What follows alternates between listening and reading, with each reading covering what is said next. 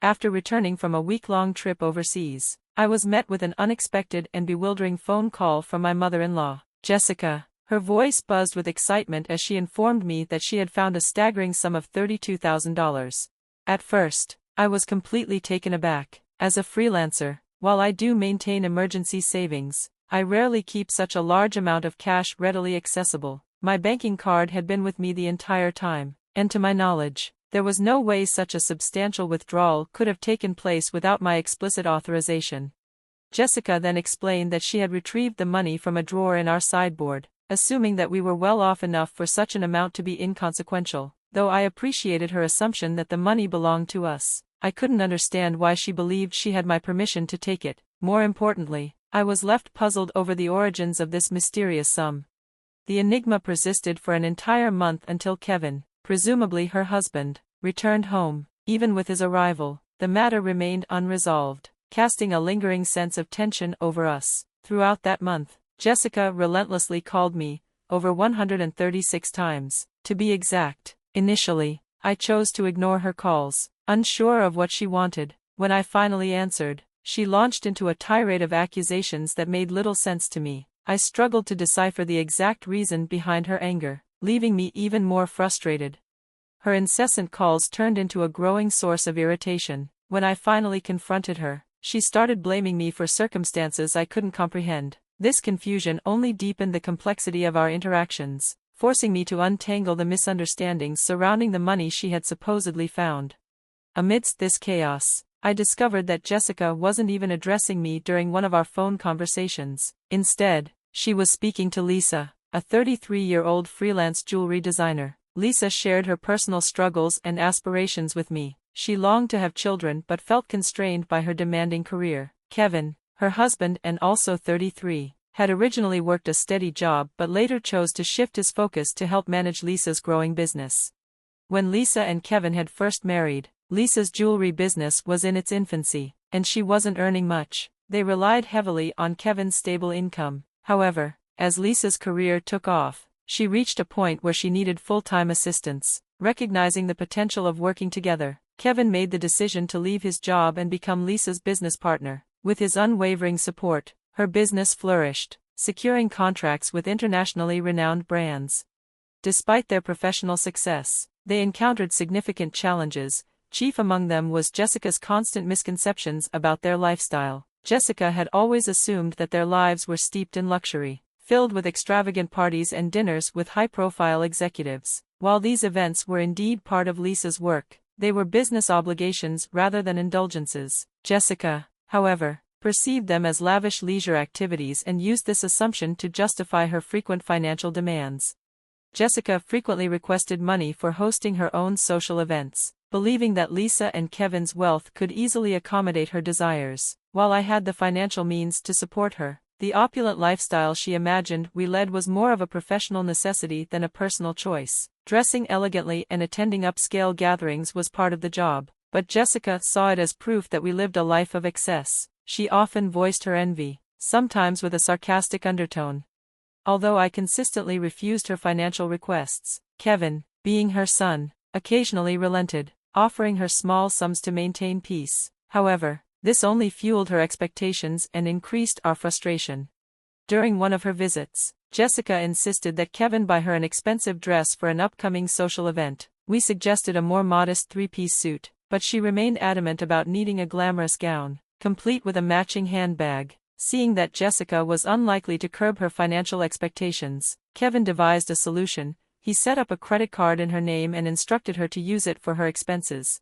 Initially, Jessica went overboard with her spending. Kevin had to step in and warn her about her excessive purchases. To control her expenditures, he required her to consult him before making any significant purchases. This system was meant to provide her with some autonomy while ensuring financial stability. However, despite these efforts, Jessica's spending habits remained unchecked. She went as far as purchasing an expensive ring without informing us. As the bills stacked up, Kevin realized the arrangement was unsustainable. In response, he imposed a strict spending limit on her card.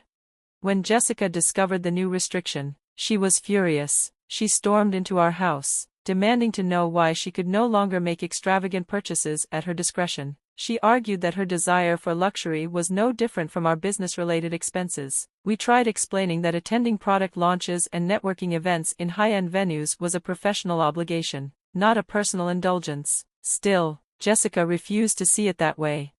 After the spending cap was enforced, Jessica's complaints lessened, though she still expressed her discontent to Kevin from time to time. Meanwhile, life carried on, and as the year drew to a close, a major opportunity arose. A foreign brand proposed an international expansion for our business. This was a dream come true, a chance to elevate our careers to the next level. Kevin, who managed the business side of things, recognized the significance of this opportunity and agreed that we needed to seize it.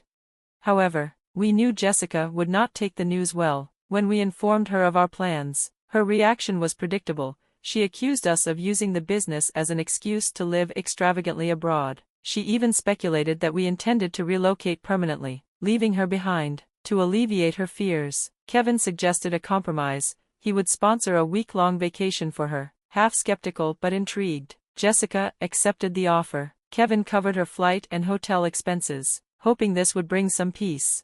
But just a few days later, Jessica returned with yet another demand. She wanted additional spending money for shopping. When I reminded her of the credit card Kevin had provided, she revealed that he had taken it back. Concerned that fluctuating exchange rates might lead to excessive spending, I explained that I couldn't authorize additional funds without Kevin's approval. Jessica left in a huff. As the new year dawned, Jessica embarked on her 10-day journey. When she returned, she called me, bubbling with excitement about her experiences. However, her enthusiasm quickly shifted as she admitted to overspending on souvenirs. Feeling exasperated, I finally confronted her about the money she had supposedly found. The $32,000 she had claimed was ours. I had no recollection of setting aside such a sum, and the conversation took an unexpected turn. Jessica hesitated before revealing the shocking truth. She hadn't just found $32,000, she had stumbled upon $332,000 in the drawer of our sideboard. I was dumbfounded. There was no logical reason for such a vast amount of cash to be stored in our home. Where had it come from? And more importantly, what did this discovery mean for us? I took a deep breath before calling Jessica. The conversation that awaited me was not one I was looking forward to, but it was necessary. When she answered, I wasted no time in addressing the matter at hand. I told her, as calmly as I could manage, that if she had indeed taken money from our home without prior permission, then it was, in no uncertain terms, an act of theft. Family ties did not change the fundamental nature of the action. I emphasized that taking something that did not belong to her, especially such a significant sum, was a serious violation of trust. I further pointed out that Kevin had likely set aside that money for a crucial business deal, making the situation even more severe. Her actions could have had real consequences beyond personal betrayal. But Jessica, instead of reacting with the remorse or concern I had expected, seemed remarkably unbothered. In an offhand manner, she admitted to using the money as though simply acknowledging it would erase the problem. I was taken aback by her casual tone, as if her actions required no further discussion. She seemed to believe that stating the fact was equivalent to settling the issue, an attitude that only deepened my frustration. I did not let the matter rest. I explained to her, as plainly as possible, that taking money without permission was not only unethical but also illegal. I expressed my growing concerns about her apparent sense of entitlement, her complete lack of regard for boundaries. Instead of addressing these concerns, Jessica went on the defensive. She argued that since Kevin and I lived such a lavish lifestyle, there was no harm in her sharing in that wealth, as though our financial stability somehow obligated us to support her indulgences. She even suggested that taking the money was akin to a child doing a favor for their parent, as if it were an unspoken familial duty rather than outright theft. Her twisted rationale left me speechless for a moment. I struggled to process the sheer absurdity of her reasoning. The way she framed her actions, as if she was owed a share of our financial success, only made this situation more troubling. It was clear that she did not grasp the seriousness of what she had done, nor did she seem to care. Instead of showing regret, she confidently assured me that she would talk to Kevin once he returned. She was certain that, as her son, he would understand. With an unsettling nonchalance, she even remarked that $32,000 was a mere drop in the ocean for him, as if the amount was so trivial it should not warrant a discussion. Though I agreed to pass along her message, I was deeply disturbed by the entire exchange. Her utter lack of awareness was astonishing. As our call ended, she casually thanked me and even asked me to pass along her regards to Kevin, as if we had just chatted about an insignificant inconvenience rather than an outright betrayal. Still reeling from the conversation, I found myself puzzled by another pressing question: why had Kevin been keeping such a large sum of cash in the house to begin with? It was unlike him to be careless with money, especially in an unsecured location. When he returned home that night, I wasted no time in confronting him about it. He explained that he had withdrawn the money from his bank account 12 days earlier to make an urgent payment that required cash. I found it surprising that he had left such a large sum sitting in a drawer, given the obvious security risks. Kevin's expression darkened when I asked if he knew anything about the missing money. The puzzle pieces clicked into place when he told me that Jessica had called him earlier that day, effusive with gratitude for the money she had spent so freely. She had thanked him, completely oblivious to the fact that he had never given her permission to take it. The confirmation left me speechless. Not only had Jessica taken the money, but she had done so under the assumption that it was hers to use without question. What troubled me even more was the larger financial picture we were only just beginning to unravel. Kevin revealed that Jessica had been secretly accumulating debts for quite some time. After he had placed strict limits on her credit card spending, she had turned to other avenues, borrowing from consumer finance companies, opening additional credit cards in secret, and racking up debts beyond what we had initially realized. Kevin had attempted to take control of the situation by confiscating all of Jessica's credit cards and preparing a substantial amount of cash to settle her growing debts. Though he had given her the money, he had done so knowing full well that she might misuse it. He had hoped, perhaps naively, that she would make responsible decisions, but now it was clear that his trust had been misplaced. I suggested handling the payments directly through bank transfers, thinking that would ensure the money was used as intended. However, Kevin had his reasons for preferring cash transactions. He wanted to minimize records in our accounts, not just for privacy but to maintain smooth relations with our business partners. His approach was strategic, but it also left room for missteps like the one we now faced with Jessica. Jessica's overseas trip, it seemed, had been Kevin's way of offering her a final gesture of support before we moved abroad permanently. He knew we would not be as available to help her once we relocated, but what had started as an act of generosity had spiraled into something neither of us had foreseen.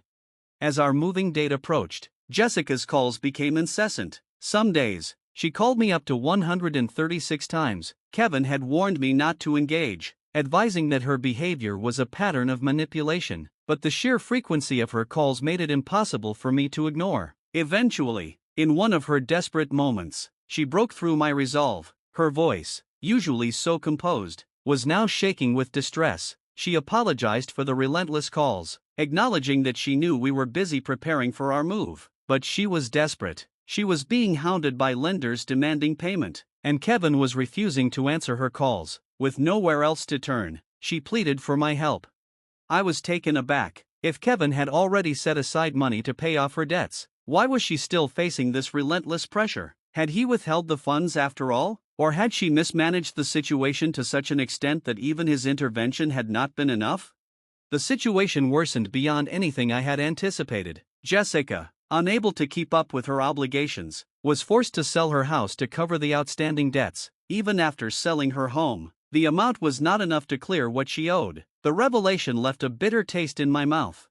Jessica now lived in a small apartment, struggling to make ends meet with a part-time job. At her age, finding stable work was difficult, and while I felt a pang of sympathy for her, I also recognized that she had brought this upon herself. The loss of Kevin's childhood home was an emotional blow, but he accepted it as an unavoidable consequence of her choices. Meanwhile, our lives abroad flourished in ways I had never imagined. Our business expanded, opening doors to opportunities one never thought possible. Yet amid our success, there were moments of reflection. Moments when the weight of what we had left behind settled on my shoulders.